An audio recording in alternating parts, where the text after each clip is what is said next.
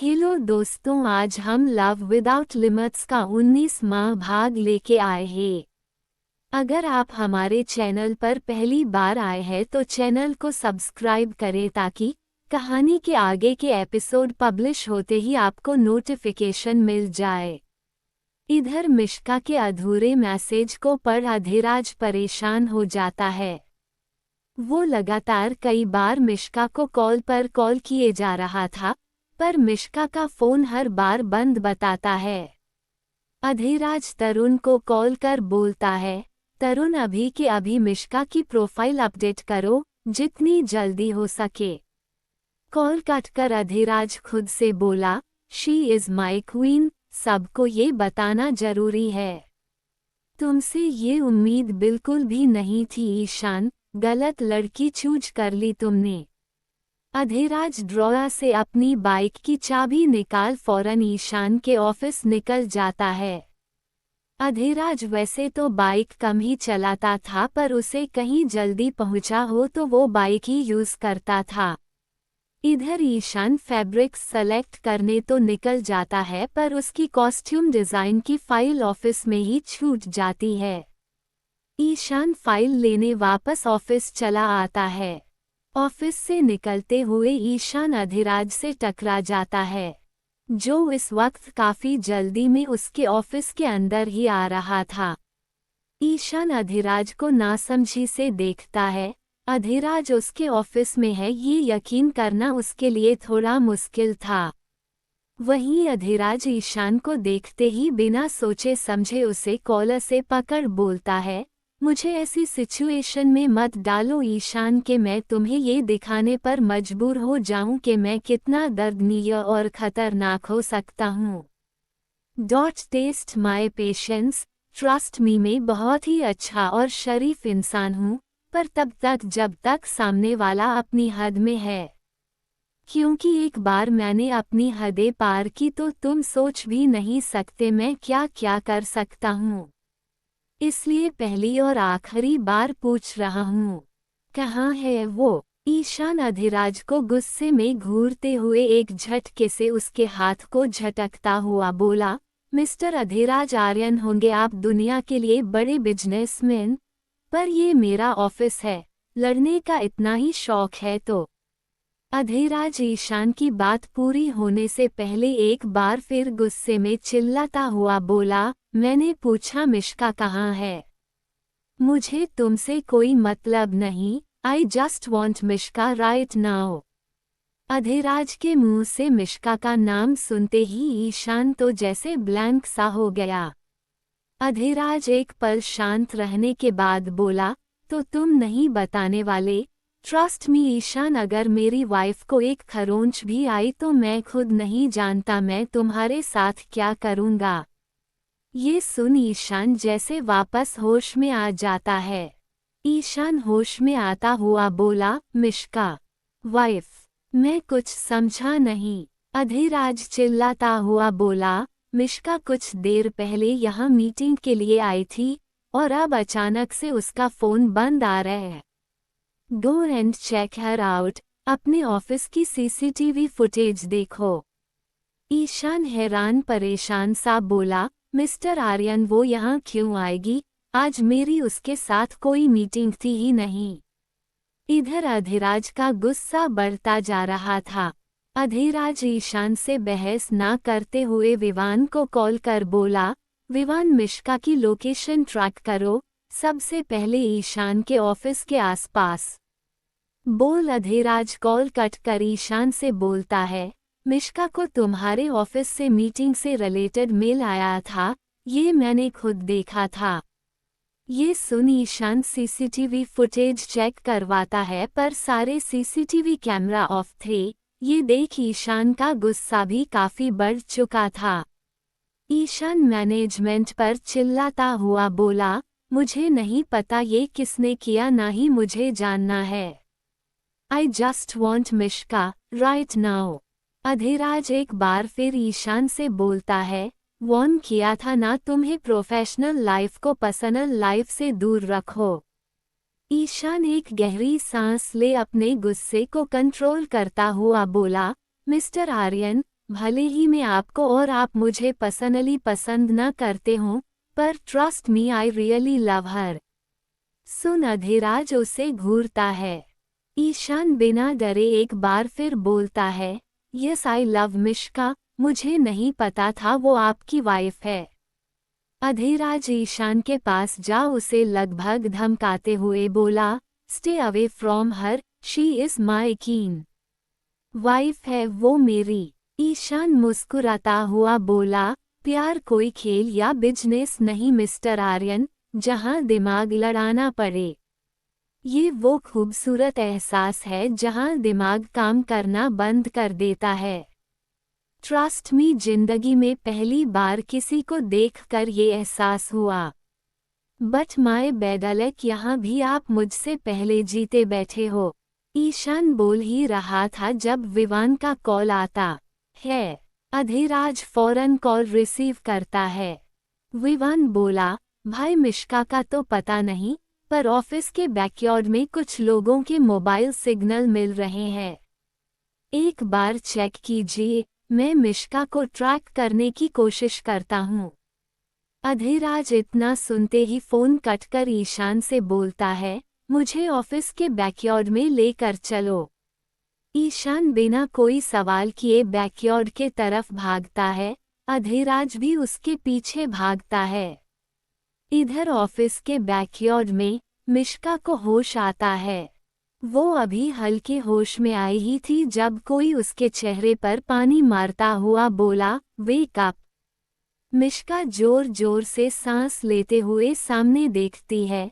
सामने खड़ा लड़का मिश्का को देख मुस्कुराते हुए बोला, तेरा नशा है, अब तुझसे ही उतरेगा। तभी दूसरा लड़का मिश्का के बालों को छूता हुआ बोला, कसम से हर नशा किया, सारे उत्तर भी गए, एक तेरा ही नशा है जो न छूता न अब तक टूटा। मिश्का सामने खड़े चारों लड़कों को घूर कर देख रही थी। तभी उसकी नज़र रोनी पर जा रुकी। वो रोनी को देखते हुए बोली, अच्छा नहीं किया आपने रोनी सर, याद रखना किसी का उधर नहीं रखती मैं। जो दोगे वो सूद समेत वापस मिलेगा। मिश्का की बात सुन रोनी का एक दोस्त हंसता हुआ बोला, डायलॉग डायलॉग सुना है आप ऐसी गालियां दे सकती हैं कि पूरे खानदान के मुर्दे खड़े हो जाए। मिश्का अब भी मुस्कुरा रही थी। ये देख रोनी गुस्से में उसके पास आया और उसके जबड़े को पकड़ता हुआ बोला, तुम्हारी ये अकड़ ही तोड़नी है मुझे। मिश्का को डर तो लग रहा था पर वो खुद को उन लड़कों के सामने कमजोर ना दिखाते हुए बोली, दिमाग में मेरा ख्याल लाने से पहले एक बार मेरी पसंद इन्फॉर्मेशन तो निकाल लेते। मुझे मेरे इनोसेंट वर्जन से जज करके आपने बहुत बड़ी गलती कर दी रोनी सर। ट्रस्ट मी, मेरे मॉन्स्टर वर्जन को हैंडल नहीं कर पाओगे तुम सब। मिश्का के इतना बोलते ही उनमें से एक लड़का मिश्का के पास आया और उसे बालों से पकड़ उसके चेहरे के बिल्कुल करीब आता हुआ बोला, बहुत अकड़ और घमंड है ना तुझ में, अभी तेरी सारी। उसके इतना बोलते ही मिश्का लड़के के मुंह पर छूक देती है, क्योंकि वो मिश्का के हद से ज्यादा करीब आ रहा था। तभी पीछे से रोनी की आवाज आती है, तुम अधिराज आर्यन की वाइफ। इतने में लड़का गुस्से में बिना कुछ सोचे समझे मिश्का के चेहरे पर एक थप्पड़ खींचकर मार देता है। उसके ऐसा करते ही अधिराज की आवाज पूरे बैकयार्ड में गूंज उठती है। हिम्मत कैसे हुई उसे हाथ भी लगाने की, बोलते हुए अधिराज गुस्से में उस लड़के के तरफ बढ़ता है। सभी अधिराज को देख हैरान थे। उन्हें अभी अभी पता चला था कि मिश्का अधिराज की वाइफ है। मिश्का लड़कों को घूरते हुए बोली, लो आ गया मेरा मॉन्स्टर वर्जन, अब करो हैंडल। वहीं अधिराज के आगे भागकर आता हुआ ईशान कुछ दूरी पर ही शॉक्ड खड़ा था। सामने खड़े लड़कों को देख वो हैरान था। अधिराज मिश्का के सामने खड़े लड़के के पास जा सीधे उसके गले को पकड़ लेता है। लड़का जो पहले ही अधिराज को देख डरा खड़ा था, अब उसकी हालत और भी खराब हो चुकी थी। अधिराज की पकड़ लड़के के गले पर काफी मजबूत थी। लड़का कुछ ही देर में छटपटाने लगा। वो हाथ हिला अपने दोस्तों को मदद के लिए बुलाता है, पर कोई भी उसकी मदद करने आगे नहीं बढ़ता। इधर ईशान मिश्का के हाथ और पैरों में बंधी रस्सियां खोलता है।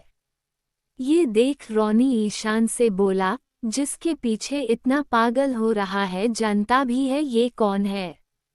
तेरे दुश्मन अधिराज आर्यन की बीवी है ये सुन मिश्का थकी हुई सी ईशान को देखती है, जो उसके सामने ही बैठा उसके पैरों की रस्सियां खोल रहा था।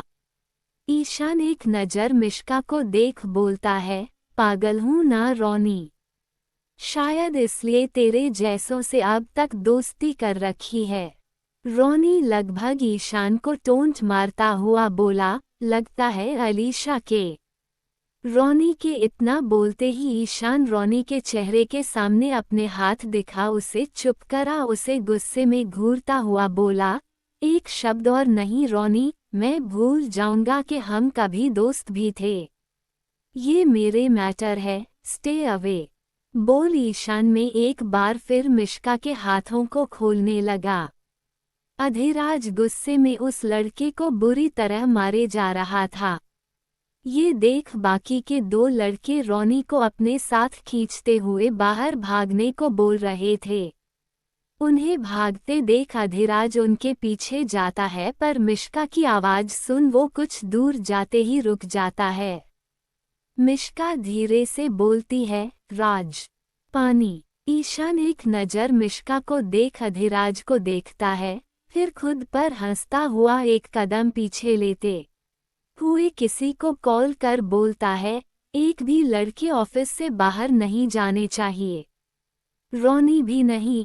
बोलते हुए ईशान कुछ दूर जाता है और पानी का बोतल लेकर जल्दी ही वापस आता है। ईशान बोतल मिश्का के सामने कर देता है। अधिराज ईशान के हाथ से बोतल लेकर मिश्का को पानी पिलाता है। फिर अपने हाथ में पानी लेकर मिश्का के चेहरे को पानी से साफ करता है, जिससे उसे थोड़ा फ्रेश फील हो। अधिराज मिश्का के चेहरे को अपनी हांकी से साफ करता हुआ बोला, बटरफ्लाई, तुम ठीक हो? मिश्का हाँ में सिर हिलाती हुई बोली, हाँ मैं ठीक हूँ, बस थोड़ी लेजनेस फील हो रही है। अधिराज मिश्का के चेहरे को अपने हाथों में भर उसके सिर पर प्यार से किस करता हुआ बोला, डोंट वरी, सब ठीक है, हम अभी घर चलेंगे। मिश्का हाँ में सिर हिला देती है, वो अब भी हल्की नींद जैसा फील कर रही थी। मिश्का और अधिराज की क्लोजनेस ईशान को काफी हट कर रही थी, पर वो कर भी क्या सकता था।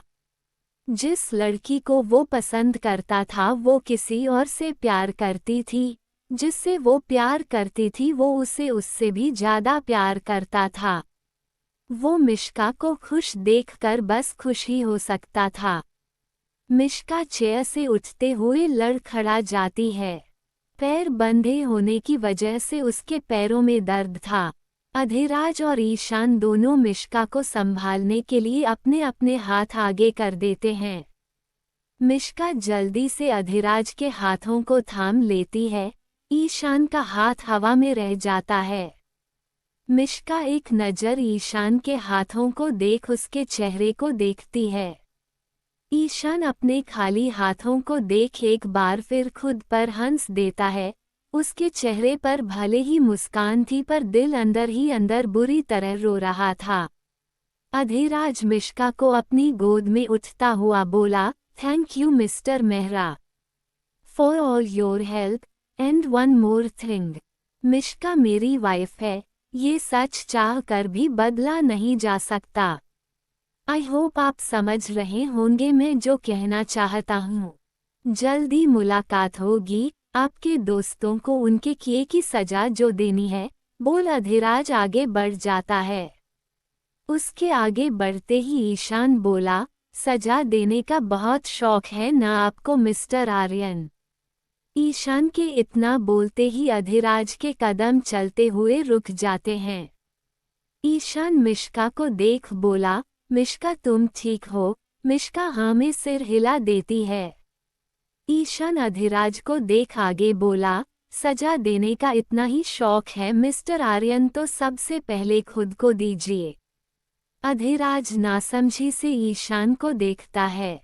ईशान आगे बोला, अलीशा याद है मिस्टर आर्यन? अधिराज मिश्का को चेयर पर बिठाता हुआ बोला, अलीशा? तुम अलीशा को कैसे जानते हो? ईशान गुस्से में मुस्कुराता हुआ बोला, बहन थी वो मेरी। ये सुन अब शॉक्ड होने की बारी अधिराज की थी। एक पल रुक अधिराज कुछ सोचता हुआ बोला, अच्छा तो आज तक इस बात की दुश्मनी थी तुम्हारी मुझसे, मतलब तुम भी बाकियों की तरह उसकी सुसाइड का जिम्मेदार मुझे मानते हो? ईशान अपने दांत पिसता हुआ बोला, वो सुसाइड नहीं मर्डर था जो आपने। अधिराज ईशान की बात पूरी होने से पहले ही बोल पड़ा, सबूत है तुम्हारे पास? ईशान इतने कॉन्फिडेंस से बोल रहे अधिराज को देखता है। अधिराज बिल्कुल नॉर्मल हो अपने पॉकेट में हाथ डालता हुआ बोला, नहीं, कोई सबूत नहीं है तुम्हारे पास। वो इसलिए क्योंकि तुम में से किसी ने सच तक पहुंचे की कोशिश ही नहीं की। अधिराज ईशान के पास आ बोला, मैं मानता हूँ वो कोई सुसाइड नहीं था, पर उसकी सुसाइड के पीछे एक सच और भी है। एक क्लू देता हूँ, पता कर सकते हो तो कर लेना, शायद इस बार तुम्हें कोई सबूत मिल जाए। रिक्की सक्सेना, रोनित के दादाजी, उनको बिजनेस में काफी लॉस हुआ।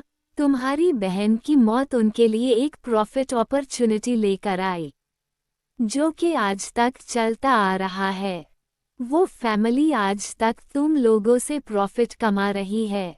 कभी सोचा है आर्यन और मेहरा के पार्टनरशिप टूटने का सबसे बड़ा फायदा किसे हुआ?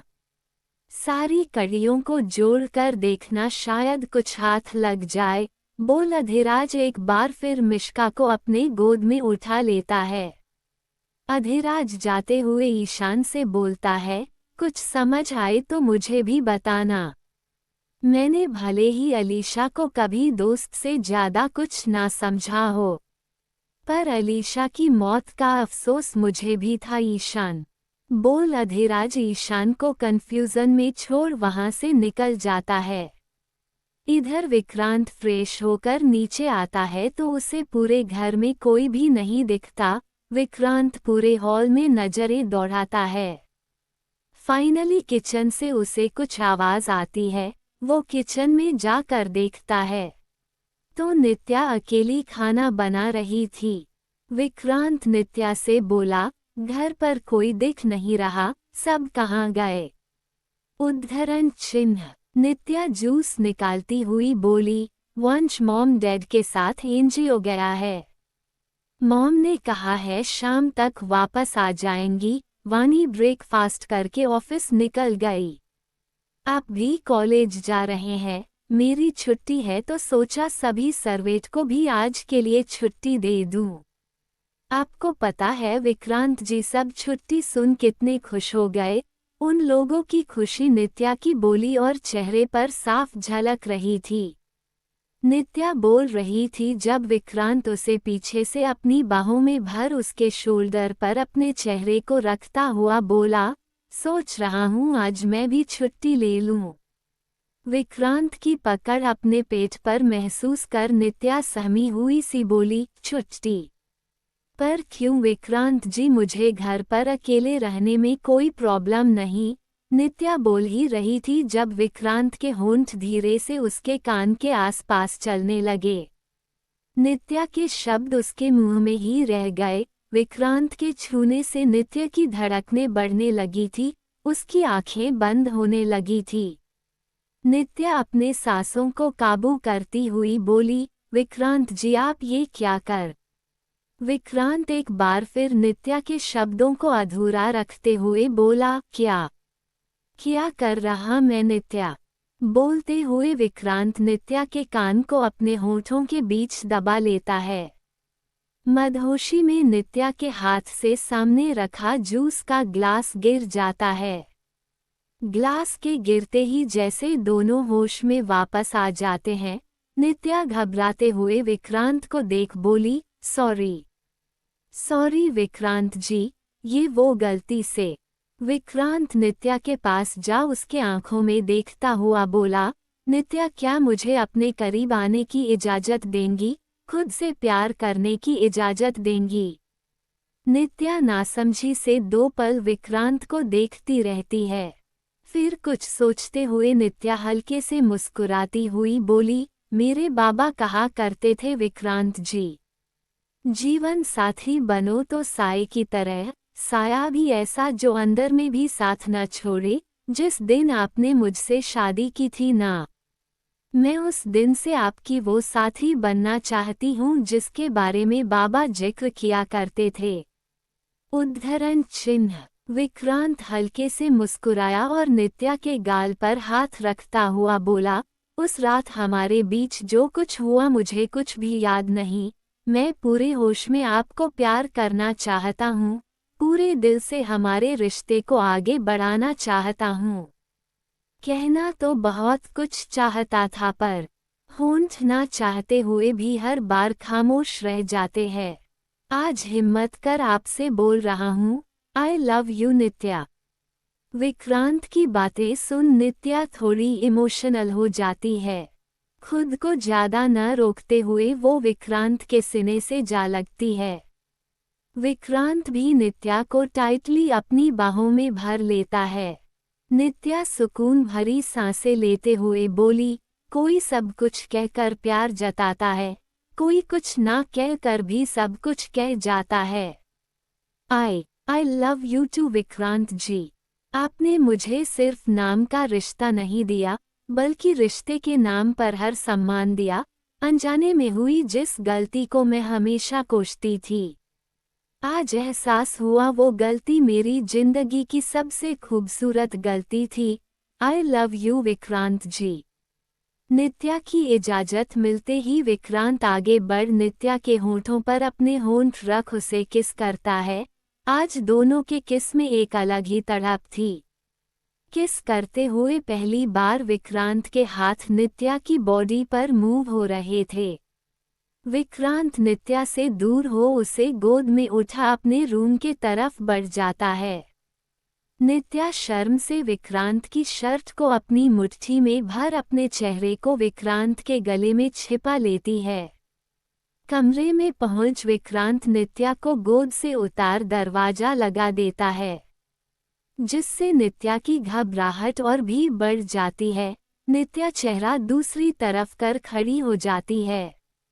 विक्रांत मुस्कुराता हुआ नित्या के करीब आता है और धीरे से उसके कंधे से दुपट्टे को शारका देता है।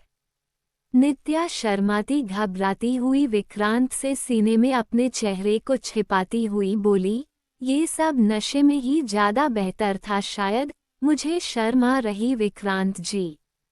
नित्या की बात सुन विक्रांत को हंसी आ जाती है।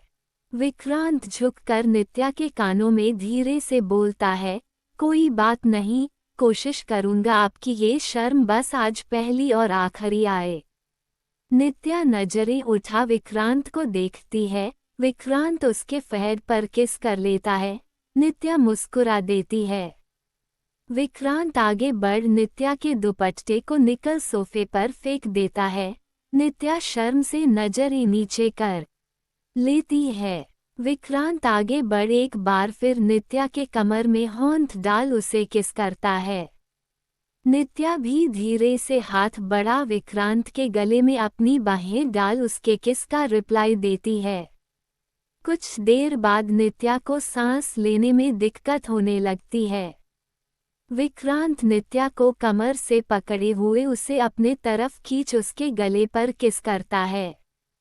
नित्या और विक्रांत के बीच कोई गैप नहीं था। नित्या अपने सांसों को काबू कर विक्रांत से कुछ दूर जा खड़ी हो जाती है। विक्रांत अपनी शर्ट निकाल सोफे पर फेंकता हुआ नित्या के पास जाता है और इसके कुर्ती की जिप खोलता है। नित्या अपनी मुट्ठियां भींच लेती है। विक्रांत नित्या के सामने जा उसके हाथों को उठा अपने चेस्ट पर रखता हुआ बोला, ये सब मैं अकेले नहीं कर पाऊंगा नित्या, आपकी मदद लगेगी।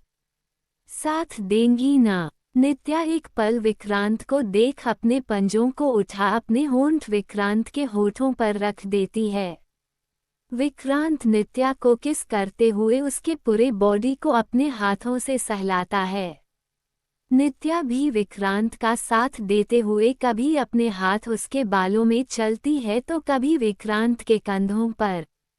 विक्रांत नित्या को गोद में उठा बेड पर बिठा देता है। धीरे धीरे दोनों के कपड़े बेड के आसपास बिखरे पड़े थे।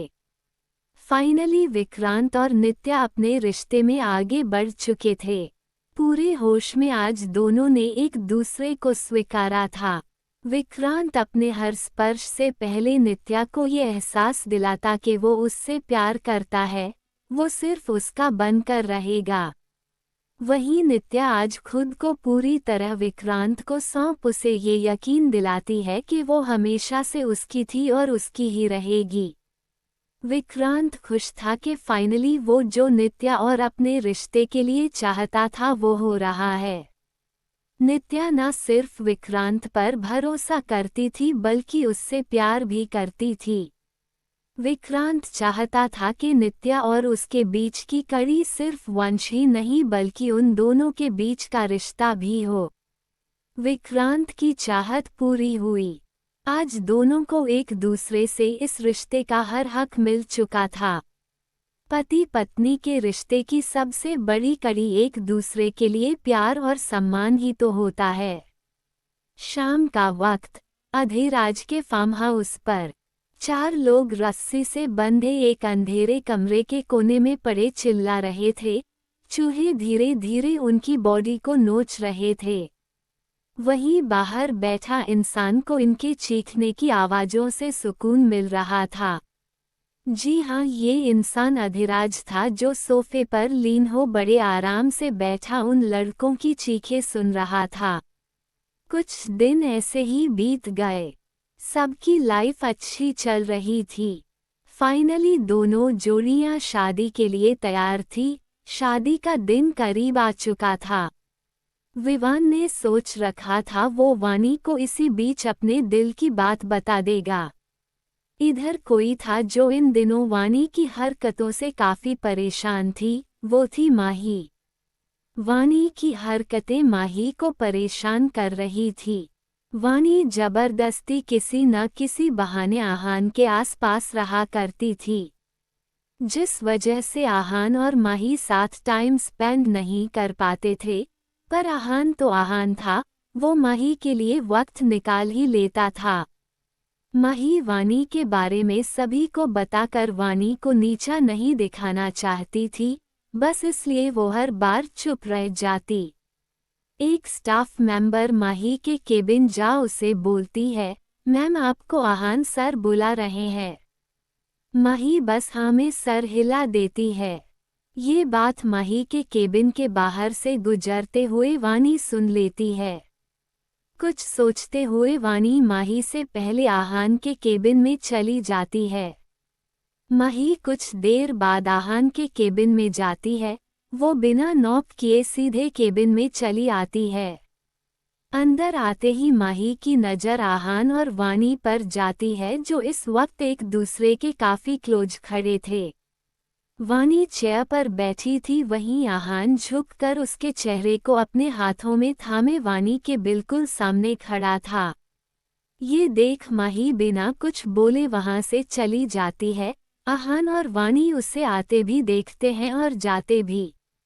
आहान थोड़ा कंफ्यूज था कि माही को क्या हुआ, वो अचानक ऐसे क्यों चली गई।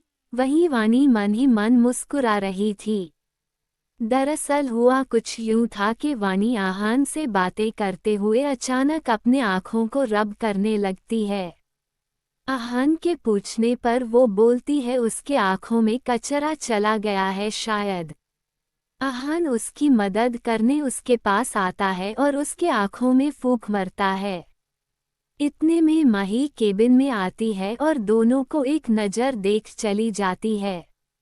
ये सीन वानी ने बनाया था माही को दिखाने और जलाने के लिए। आहान तो बेचारा फालतू में ही फंसता चला जा रहा था। माही के जाते ही वानी बोली, इट्स ओके आहान, मैं फेस वॉश करके आती हूँ। आहान हाँ में सिर हिला देता है। वानी जाते हुए आहान से बोली, प्लीज तुम माही से बाद में मिल लेना, पहले ये फाइल क्लियर कर दो, मुझे काम है। आहान ओके बोल फाइल्स चेक करने लगता है। वानी मुस्कुराते हुए आहान के केबिन से बाहर निकल अपने केबिन के तरफ बढ़ती है।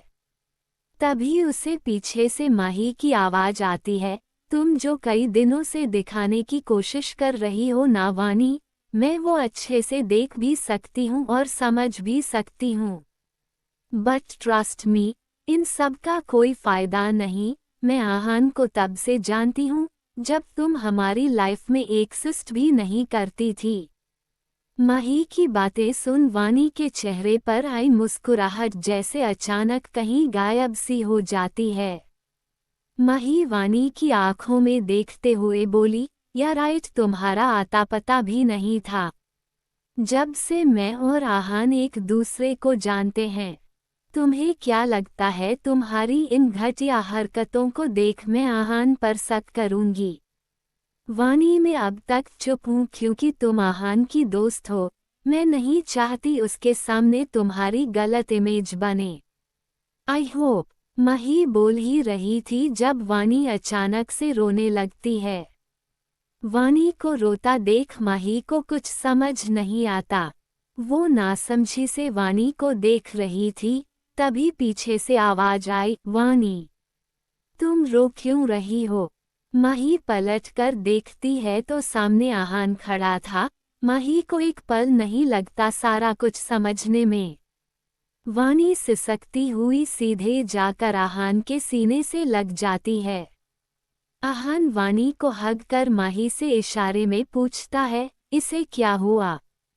माही हार मानते हुए बोली, तुम पागल हो चुकी हो, यू आर डिस्गस्टिंग वानी। बोल माही पलटकर गुस्से में वहां से चली जाती है। आहान को कुछ भी समझ नहीं आ रहा था कि दोनों के बीच चल क्या रहा है। उसे कुछ समझ आ रहा था तो वो था माही का गुस्से में जाना। माही काफी सेंसिटिव, पोलाइट और नम्र बर्ताव की थी। वो जल्दी किसी से गुस्सा नहीं होती, किसी से गलत तरीके से बात तक नहीं करती थी।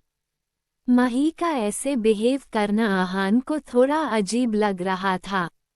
आहान वानी के साथ काम कर रही लड़की को देख बोला, हे जूही, प्लीज टेक केयर ऑफ वानी। जूही वानी के पास आ जाती है। आहान वानी को चेयर पर बिठाते हुए बोला, वानी रोना बंद करो, मैं बस अभी आया। बोल आहान जाने लगता है।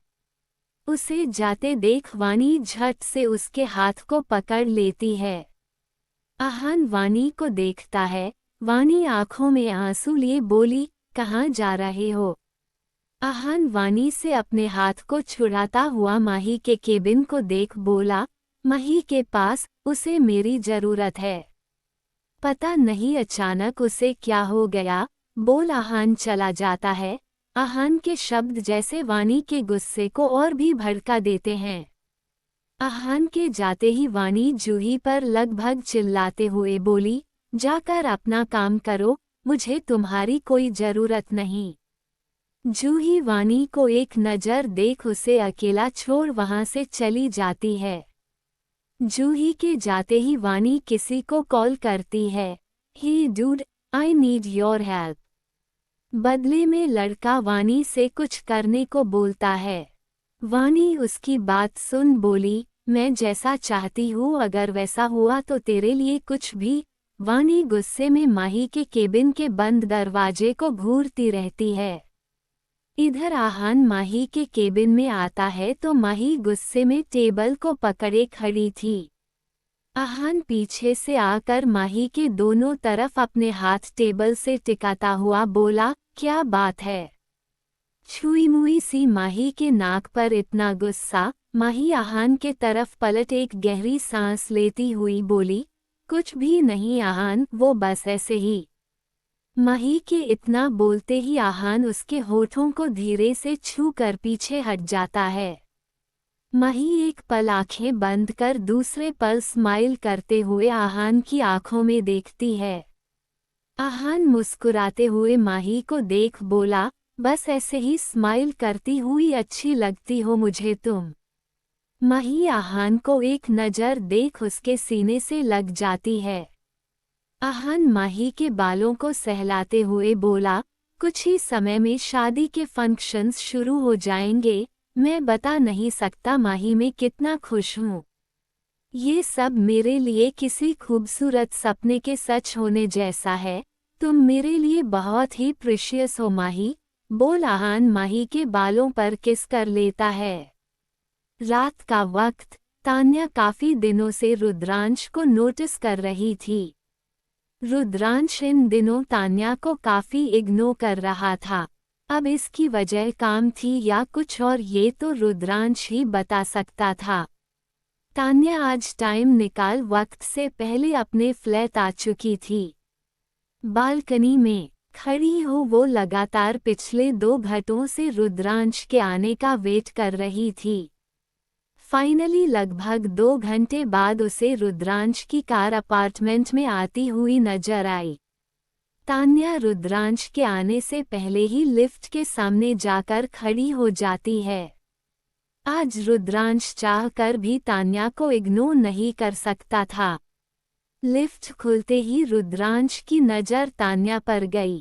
तान्या को सामने खड़े देख वो हैरान था। हर रोज की तरह वो चुपचाप अपने फ्लैट में जाने का सोच कर आया था। तान्या अपने दोनों हाथ आपस में फोल्ड कर रुद्रांश को लगभग घूर रही थी। रुद्रांश को घूरते हुए तान्या बोली, अब क्या लिफ्ट बंद होने का इंतजार है, वापस नीचे जाने का सोच रहे हो क्या? रुद्रांश अपने ब्लेजर को हाथ में लटकाया हुआ लिफ्ट से बाहर आया और बोला, आप ऐसा क्यों बोल रहे हो? तान्या रुद्रांश पर भड़कती हुई बोली, क्योंकि आजकल तुम्हारी हरकतें ही अजीब सी हो गई है रुद्रांश शेखावत। रहते कहाँ हो आजकल यार? कहने को बगल वाले फ्लैट में रहते हैं हम दोनों रुद्र, पर हमें एक दूसरे को देखे ना जाने कितने दिन बीत चुके हैं। मुझे इग्नोर क्यों कर रहे हो रुद्र? आखिरी लाइन बोलते हुए तान्या के चेहरे पर उदासी सी छा जाती है। रुद्रांश तान्या के सामने अपने ब्लेजर को करता हुआ बोल, जरा ये पकड़ेंगी? तान्या एक नज़र रुद्रांश को देख उसके ब्लेजर को अपने हाथों में ले लेती है।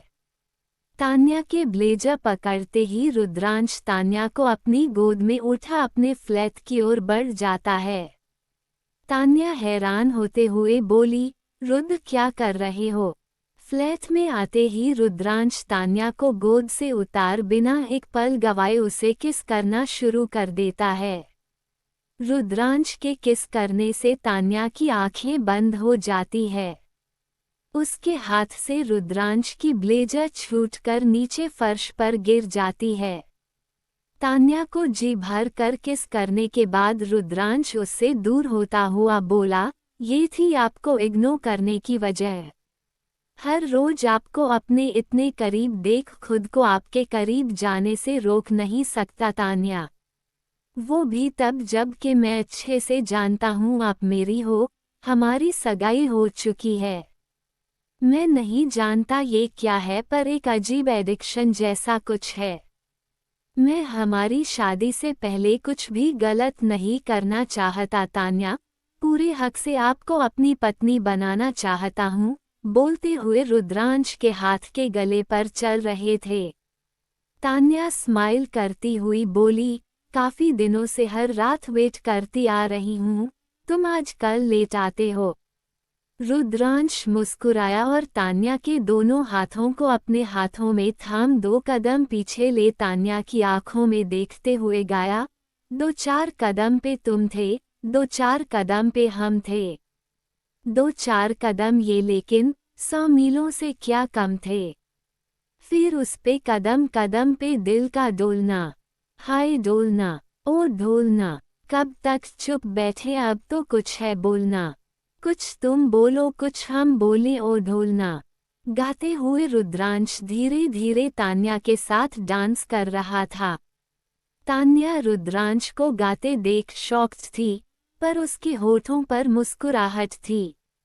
आखिर में रुद्रांश तान्या के सामने घुटनों के बल बैठता हुआ बोल, ये थी लेट से आने की वजह।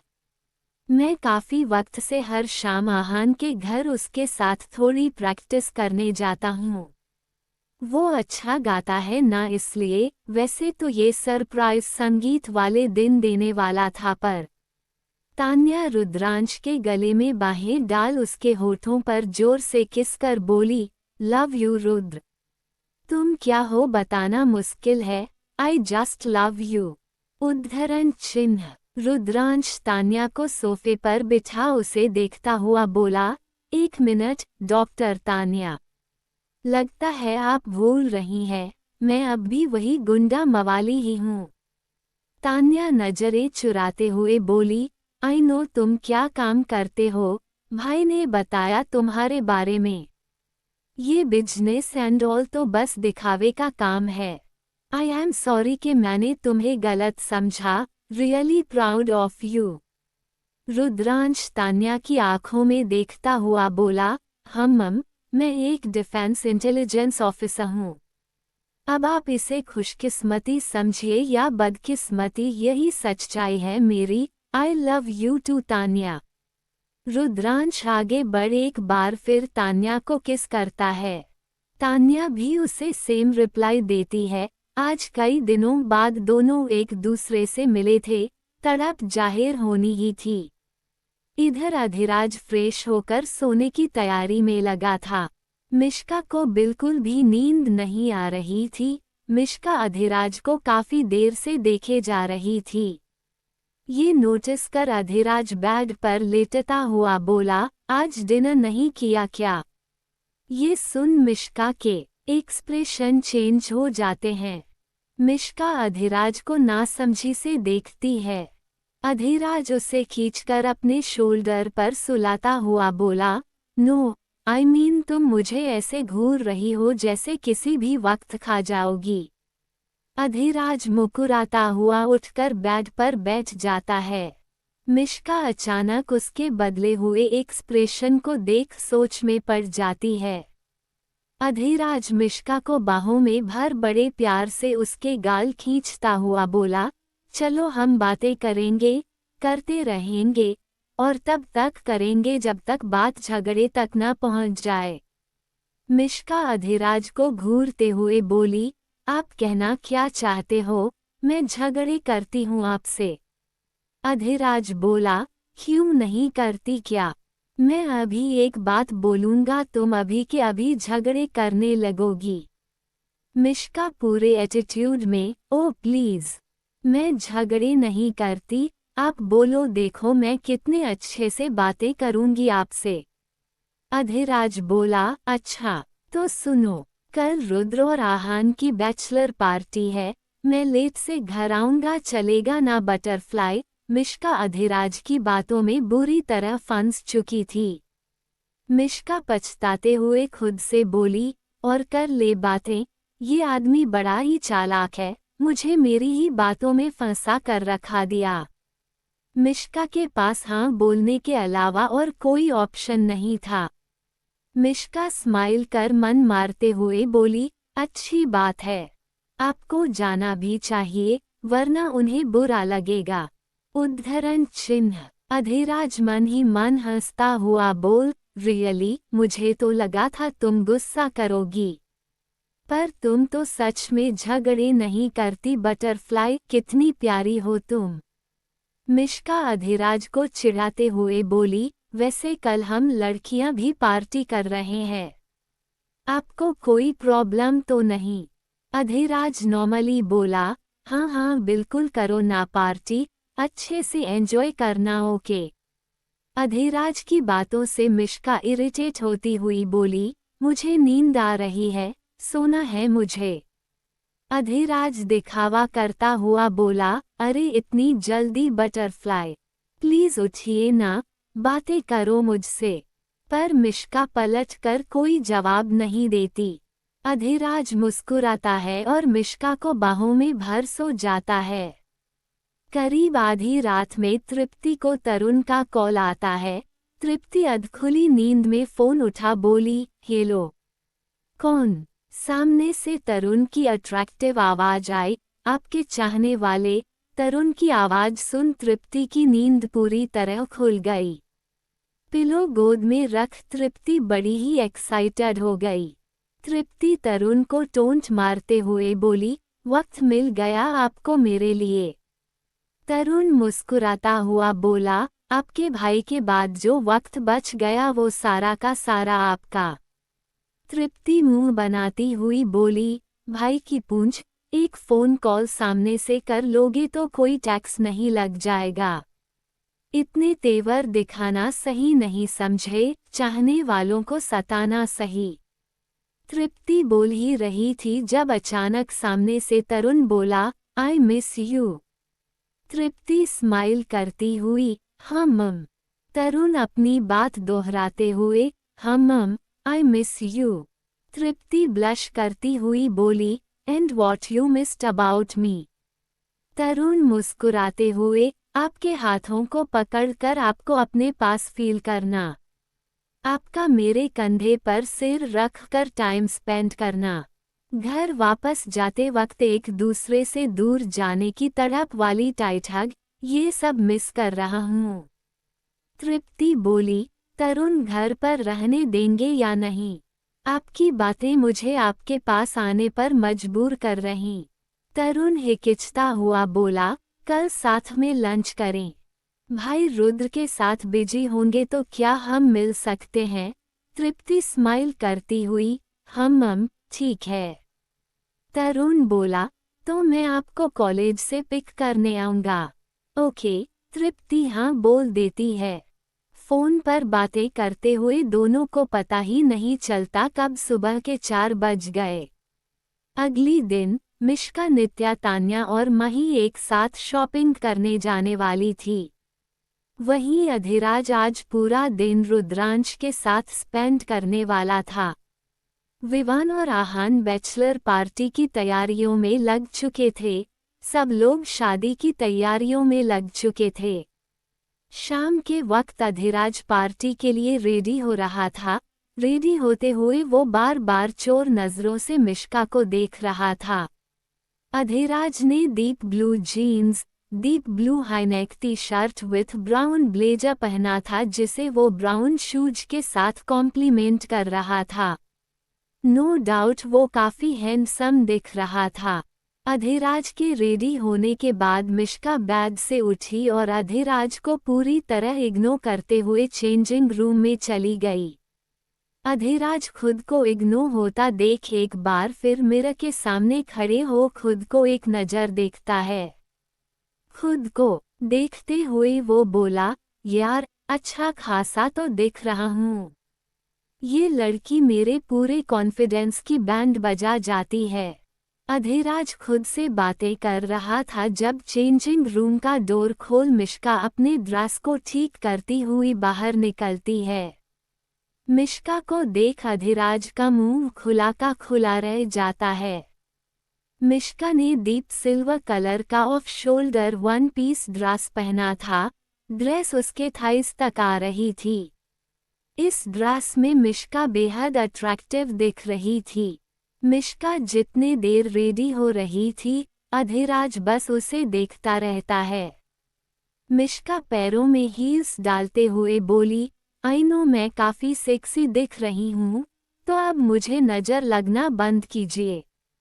अधिराज मिश्का को कमर से पकड़ उसे अपने करीब खींचता हुआ बोला, जानबूझ कर रही हो ना ऐसा, बटरफ्लाई।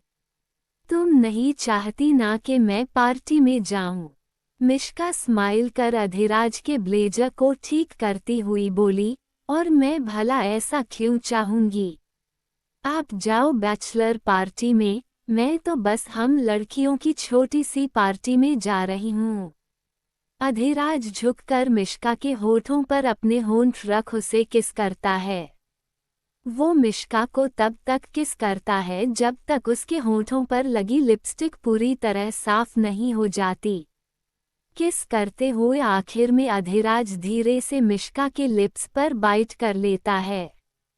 मिश्का अधिराज को पुश कर खुद से दूर करती हुई बोली, आप बहुत बुरे हो राज। बोल मिश्का एक बार फिर लिपस्टिक लगाने लगती है। अधिराज उसे पीछे से हग करता हुआ बोला, मैं जल्दी वापस आ जाऊंगा।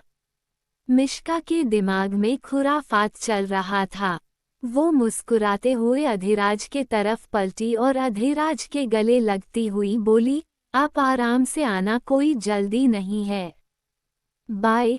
बोल मिश्का वहां से चली जाती है। अधिराज को इस बात का कोई अंदाजा नहीं था कि मिश्का हग करते वक्त अधिराज के गले पर कई सारे लिप मार्क्स बना चुकी थी। अधिराज उसे पीछे से हग करता हुआ बोला, मैं जल्दी वापस आ जाऊंगा। मिश्का के दिमाग में खुराफात चल रहा था। वो मुस्कुराते हुए अधिराज के तरफ पलटी और अधिराज के गले लगती हुई बोली, आप आराम से आना, कोई जल्दी नहीं है।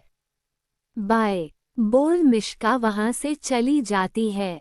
अधिराज को इस बात का कोई अंदाजा नहीं था कि मिश्का हग करते वक्त अधिराज के गले पर कई सारे लिप मार्क्स बना चुकी थी। बॉयज की पार्टी एक अच्छे खासे ड्रिंक के साथ खत्म हुई। बाकी लोग तो फिर भी ठीक थे, पर अधिराज की हालत काफी बुरी हो रखी थी। अधिराज सभी के जिद करने पर आज काफी ड्रिंक कर चुका था। विवान अधिराज को उसके रूम तक छोड़ वापस नीचे चला जाता है। अधिराज एसी के टेम्परेचर को लोकर अपने ब्लेजर को निकाल सीधे जाकर बेड पर गिर जाता है। विवान मिश्का को कॉल कर पहले ही अधिराज की हालत के बारे में बता चुका था। मिश्का बिना देर किए कुछ ही देर बाद वापस घर चली आती है। मिश्का ने भी ड्रिंक की थी, पर वो अधिराज से काफी अच्छी हालत में थी। मिश्का रूम में आते ही ठंड से कांप जाती है। अपने बाजुओं को सहलाते हुए वो बेड पर पड़े अधिराज के पास जाती है। मिश्का अधिराज के शोल्डर पर हाथ रख ठंड से लगभग कांपते हुए बोली, राज आप ठीक हो? मैं डॉक्टर बुला। मिश्का के इतना बोलते ही अधिराज उसे एक झटके से अपने करीब बेड पर खींच लेता है। मिश्का के ठंडे हाथ का स्पर्श मिलते ही अधिराज जैसे खुद पर से अपना कंट्रोल खो देता है। उसे इस वक्त कुछ भी समझ नहीं आ रहा था वो क्या कर रहा है। वो कुछ फील कर सकता था तो बस मिश्का की ठंडी बॉडी। कुछ ही देर में अधिराज मिश्का पर हावी होने लगा था। अधिराज मिश्का की ड्रेस के टुकड़े कर उसकी बॉडी से अलग कर देता है, जिसके बाद अधिराज अपने शर्ट की बटन को बेरहमी से तोड़ते हुए शर्ट को अपनी बॉडी से निकाल दूर फेंक देता है। मिश्का अधिराज के इस बिहेवियर से हैरान थी। वो कुछ समझ पाती इससे पहले अधिराज अपनी हदें पार कर चुका था। अधिराज अपने पूरे फोर्स से मिश्का पर हावी हो चुका था। मिश्का के लिए अधिराज के सामने ज्यादा देर टिक पाना नामुमकिन जैसा था। कुछ देर अधिराज को रोकने की कोशिश करने के बाद मिश्का खुद को उसे पूरी तरह सौंप देती है। मिश्का को अधिराज के करीब जाने में परेशानी नहीं थी, वो तो बस अधिराज के पागलपन को समझने की कोशिश कर रही थी। मिश्का को समझते देर नहीं लगता कि अधिराज के सिर पर ड्रिंक हावी हो चुकी है। करीब आधी रात मिश्का दर्द से तड़पती हुई खुद में सिमट गहरी नींद में चली जाती है। वहीं अधिराज उसके साइड में निढाल सा पड़ा था। अधिराज को बिल्कुल भी अंदाजा नहीं था कि आज अनजाने में उसने अपनी बटरफ्लाई के साथ क्या किया था। सुबह के करीब 5 बजे अधिराज के हाथ एक बार फिर मिश्का के कमर को सहलाते हुए उसके चेस्ट तक जा पहुंचे थे। एक बार फिर अधिराज के मजबूत हाथों को अपनी बॉडी पर महसूस कर मिश्का की आंखें डर से एक झटके में खुल जाती है। अधिराज मिश्का के करीब जा उसके पीठ और गेल पर किस करना शुरू कर देता है। नशा अब भी उस पर हावी था। ये महसूस करते हुए मिश्का चुपचाप अपनी आंखें बंद कर लेती है। नशे की हालत में अधिराज अपनी लड़खड़ाती हुई आवाज में बोला, I am sorry butterfly. Adhiraj की आवाज में गिल्ट और शर्मिंदगी साफ जाहिर हो रही थी। मिश्का को इस वक्त अधिराज से ऐसी कोई उम्मीद नहीं थी। उसे यकीन नहीं हो रहा था कि अधिराज नशे की हालत में भी उससे अपने किए की माफी मांग रहा था। मिश्का हिम्मत कर अधिराज के तरफ पलटती है। अधिराज अपनी खुलती बंद होती नम आंखों से मिश्का को देखते हुए बोला, sorry butterfly, but I really need you. मुझे सिर्फ तुम्हारी जरूरत है। अधिराज की बात और उसकी हालत को देख मिश्का आगे बढ़ धीरे से अपने होंठ अधिराज के होंठों पर रख देती है, जिसके बाद अधिराज खुद को एक पल नहीं रोकता आगे बढ़ने से। अधिराज इस बार मिश्का के साथ थोड़ा सॉफ्ट था। यह अब शायद उसे इतना होश आ चुका था कि वो किसके साथ है। सुबह के 10 बज चुके थे, पर अधिराज और मिश्का को तो जैसे इस बात से कोई मतलब ही नहीं था। अधिराज की बाहों में मिश्का सुकून की नींद सो चुकी थी। अधिराज की नींद खुली, वो आंखें मिचते हुए उठा। उसके सिर में काफी दर्द था। उसका सिर अब भी घूम रहा था। अधिराज हर रोज की तरह आंखें खोल सबसे पहले मिश्का को देखता है। मिश्का को देखते ही अधिराज के होश उड़ जाते हैं। मुरझाया, थका सा चेहरा, बाजू, गली और चेस्ट पर आए निशान। अधिराज को ये समझते देर नहीं लगी कि आखिरी रात उसने अपनी बटरफ्लाई पर क्या बेरहमी दिखाई है। उसके इतना करने के बाद भी मिश्का सुकून से उसकी बाहों से लिप्त सो रही थी। ये देख मानो अधिराज का दिल और भी टूट गया। वो इस वक्त खुद को मिश्का के इस प्यार के लायक नहीं समझ रहा था। अधिराज हिम्मत कर हल्के हाथों से मिश्का की बॉडी पर आए मार्क्स को छूता है। अधिराज के छूते ही मिश्का नींद में ही कहर उठती है। अधिराज अपने हाथ पीछे खींच अपनी मुट्ठी भींच लेता है। उस खुद पर काफी गुस्सा आ रहा था। मिश्का को अच्छे से बेड पर सुला अधिराज फ्रेश होने चला जाता है। अधिराज जैसे ही फ्रेश होकर रूम में आता है, मिश्का कहते हुए उठकर बेड पर बैठने की कोशिश कर रही होती है।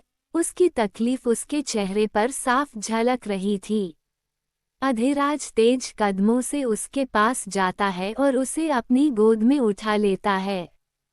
मिश्का अधिराज के गले में अपनी बाहें डाल उसे मुस्कुराते हुए देखती है।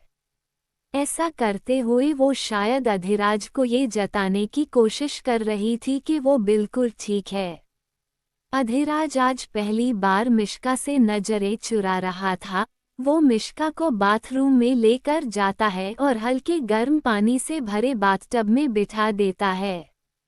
मिश्का अधिराज से अपने दर्द को छिपाते हुए बस आंखें मिच लेती है, पर अधिराज उसे ऐसा करते देख चुका था। मिश्का को स्पॉन्ज से बाथ देते ही अधिराज बोला, मेरे दिए हुए दर्द को मुझसे ही छिपाना पड़ रहा है तुम्हें।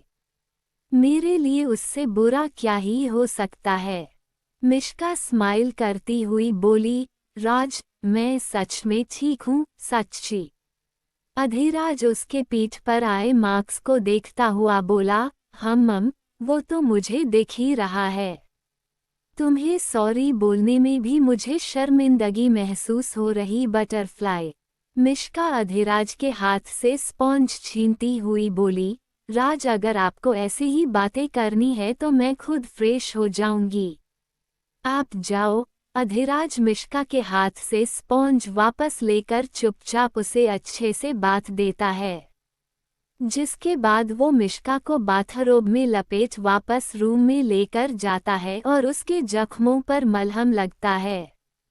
मिश्का को बेड पर सुला अधिराज बोला, रेस्ट करो। बोल अधिराज सर्वेंट को कॉल कर खाना रूम में लाने को बोलता है।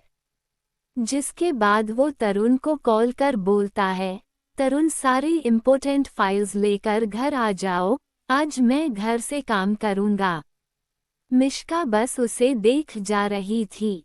आगे की स्टोरी जानने के लिए सुनते रहे सस्पेंस और ड्रामे से भरी अधिराज और मिश्का की ये प्यारी सी लव स्टोरी। कमेंट कर स्टोरी पर अपनी राय जरूर दें। कहानी पसंद आई हो तो वीडियो को लाइक, शेयर और कमेंट करें।